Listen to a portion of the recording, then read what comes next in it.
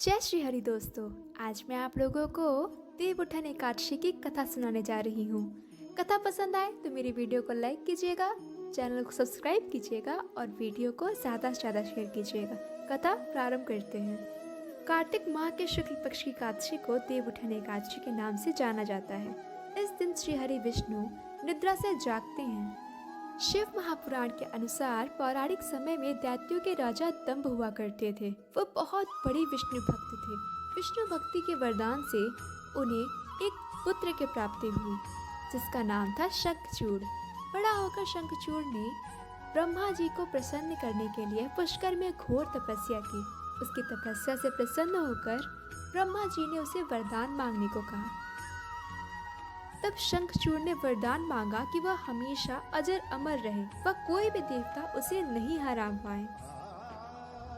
ब्रह्मा जी ने उसे यह वरदान दे दिया और कहा कि वह बंदरी वन जाकर धर्मध्वज की पुत्री तुलसी जो तपस्या कर रही है उससे विवाह कर ले।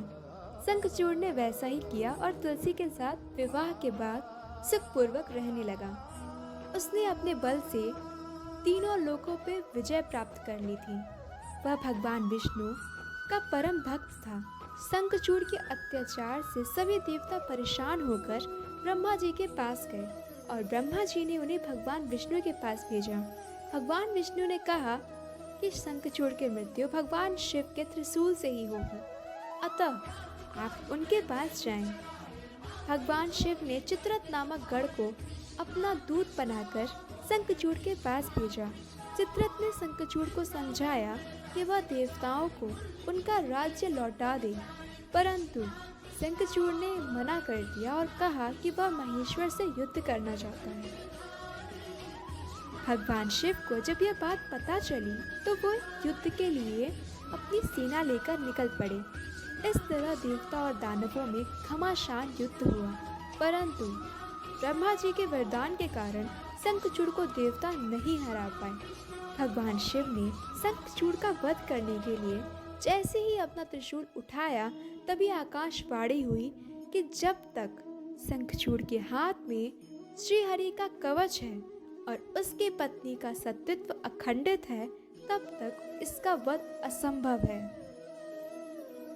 आकाशवाणी सुनकर भगवान विष्णु वृद्ध ब्राह्मण का रूप धारण कर शंखचूड़ के पास गए और उससे श्री हरि कवच दान में मांग लिया।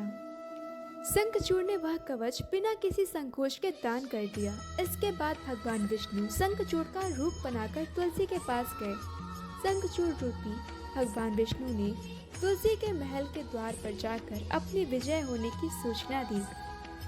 यह सुनकर तुलसी बहुत प्रसन्न हुई और पति रूप में आए भगवान विष्णु का पूजन किया व रमण किया। ऐसा करते ही तुलसी का सतीत्व खंडित हो गया और भगवान विष्णु ने युद्ध में अपने त्रिशूल से शंखचूड़ का वध कर दिया।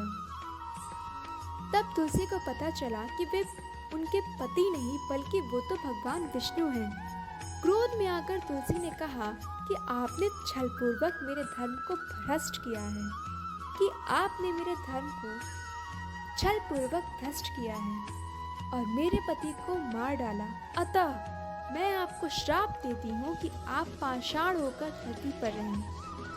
तब भगवान विष्णु ने कहा, देवी तुम मेरे लिए भारतवर्ष में रहकर बहुत दिनों तक तपस्या कर चुकी हो। तुम्हारा यह शरीर नदी के रूप में बदलकर गड़के नामक नदी के रूप में प्रसिद्ध होगा, तो पुष्पों में श्रेष्ठ तुलसी का वृक्ष बन जाओगी और सदा मेरे साथ रहोगी। तुम्हारे श्राप को सत्य करने के लिए मैं पाषाण शालिग्राम बनकर रहूंगा।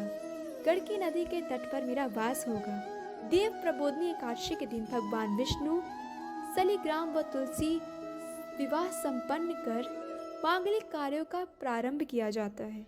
हिंदू धर्म मान्यता के अनुसार इस दिन शालिग्राम विवाह करने से अपार पुण्य प्राप्त होता है।